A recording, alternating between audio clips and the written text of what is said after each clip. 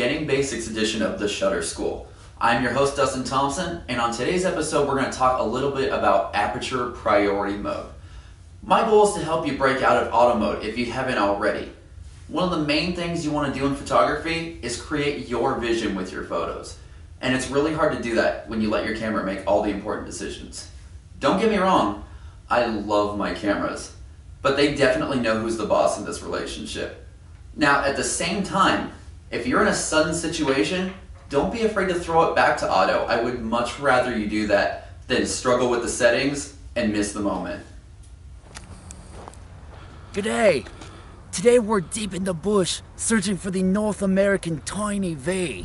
She's said to inhabit these parts. Crikey! There she is!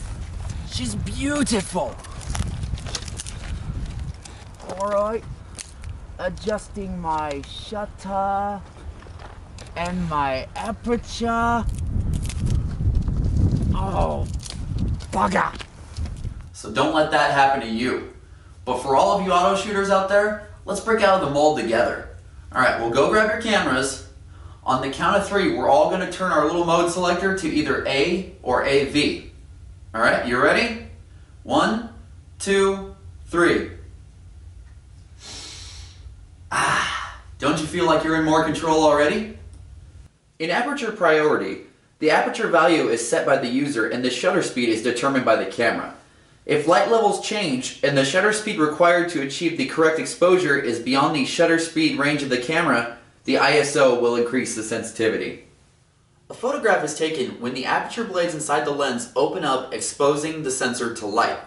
What the aperture value is the amount that those blades open.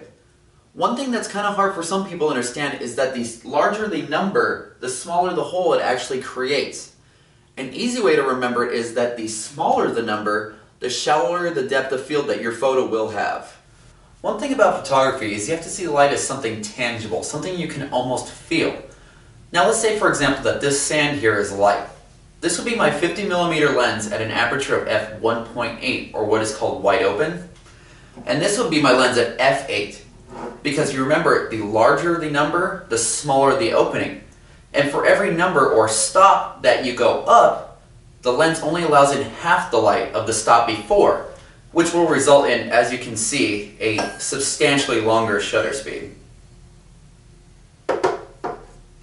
The aperture setting is part of what is known as the triangle of exposure. There are 3 main factors: the shutter speed, the ISO, and of course the aperture. These combine with the amount of available light in your scene to determine what it's going to take to get that proper exposure. Now we understand that aperture determines the opening of the blades and also has an effect on your shutter speed, but what does it have to do with the overall appearance of your photos? Now here's something that might confuse some at first. A wide open aperture such as 1.8 is going to have a super shallow depth of field. So your subject, or even possibly just a portion of your subject, is going to be in focus while everything else is going to be soft. Light hits objects and is reflected back as beams. Now not all of these beams come straight in, and since they hit the camera's sensor at all sorts of different angles, the sensor can't really figure out what they look like, so they come out soft. Now let's say this soccer goal behind me represents the amount of sensor that's exposed at a 1.8 aperture. And the ball here represents light reflecting off of an object. You're going to see how many angles that light can come in and still make contact with the sensor. Now for all you soccer players out there, go easy on me. I haven't played since elementary school.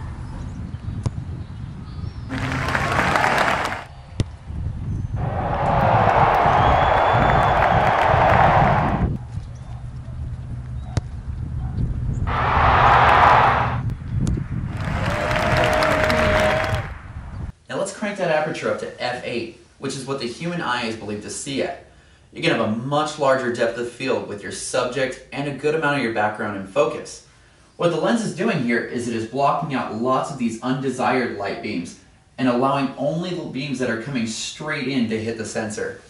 So if the soccer goal is a 1.8, this little guy here is going to be about f8. As you can see, I'm not going to be able to pull off all those crazy side angles that I was before. Still got it. Now we know how aperture value works, but let's see it in action. The camera on the stool here is 10 feet away from the camera. I'm 20 feet away. Let's take a couple shots and see what it looks like at different aperture values.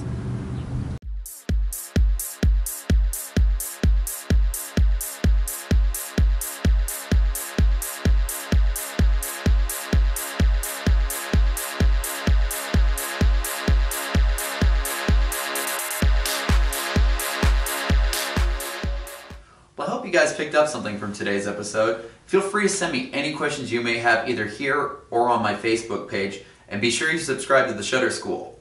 Well, I'm going to leave you guys with a couple of examples of various photos that I've taken and show you which aperture I used. Until next time, I'm Dustin Thompson. I'll talk to you soon.